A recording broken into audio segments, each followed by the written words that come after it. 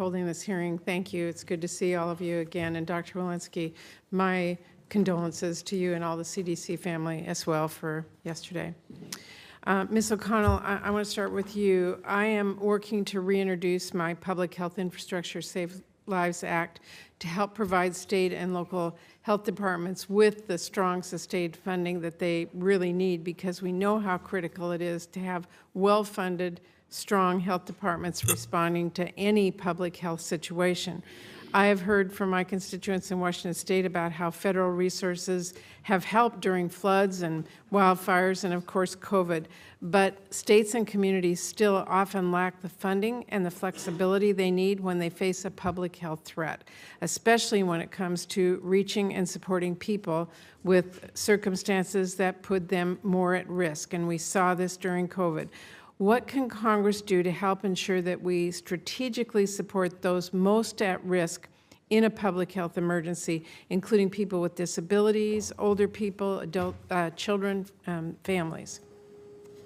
Senator Murray, thank you so much for that question. This is top of mind for us, too. We just released an ASPR strategic plan, a 5-year plan, in which we make very clear that the country is not prepared until we are all prepared. All communities, those at greatest risk, need to be accounted for in all the planning that we do and the response that we do. As part of the FY24 budget, there's an authority to start a Human Services Response Fund, which would quickly move money into various communities to be sure that we have boots on the ground able to respond to the various populations that are most at risk. I had a wonderful conversation on Tuesday with the head of our ACL and about how important this is. So we've been in communications within the department about making sure that the human services side of our shop is also prepared and ready to respond to account for these at-risk populations.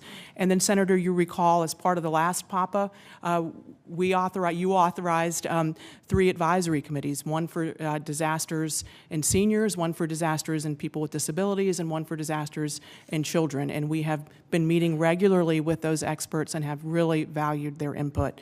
So we continue to keep this work front of mind. Okay, good. And as you know, with any emergency, we need to be able to get supplies where they are needed most in a quick and effective and equitable manner. My Prevent Pandemics Act, which was signed into law last year, includes directives to ASPR to assist state and local health departments in accessing the Strategic National Stockpile. Can you just give us a quick update on how ASPR is implementing that provision? Thank you. The Strategic National Stockpile, making sure that it's square, that it's fully stocked and ready to go, has been one of the big focuses of my tenure in this role. So this is an important question for us. We appreciated the provisions in the Prevents Bill, and we're working very carefully against them. We just released our 60-day guidance, which is guidance for states and localities on how they might access the Strategic National Stockpile. We continue to give technical assistance to those states that are interested in maintaining their own stockpile. What do they need to have and how do they need to switch it out? And then we're looking at all the various innovations for how we might hold our stockpile with vendor-managed inventory and other ways to switch in and switch out what we have. So this is all front of mind for us. Thank you for those provisions, and we'll continue to keep you and your team updated as we implement them. Very good. I appreciate that. And Dr. Walensky, one of the things we really saw in COVID was that we needed accurate data. You can't get ahead of an emergency and create a response to it if you don't have that. I wanted to ask you today, can you talk about ways that your agency is working to improve data collection? Yeah, maybe I'll break this into 2 parts. One is we are actively working on our data modernization efforts, and that is that our data highways are interoperable, that counties and local health departments can give data swiftly to us on similar highways, and we can offer it straight back to them so they can see not only what is happening in their county, but in counties around them. That has yielded huge returns. So before the pandemic started, we had 187 health facilities that were doing electronic case reporting. We're now at 25,000. That's about 20% of what we need across the country. So massive strides happening. Also in syndromic surveillance from our emergency departments and vital statistics from our death registries. All of this work is ongoing in our data highways.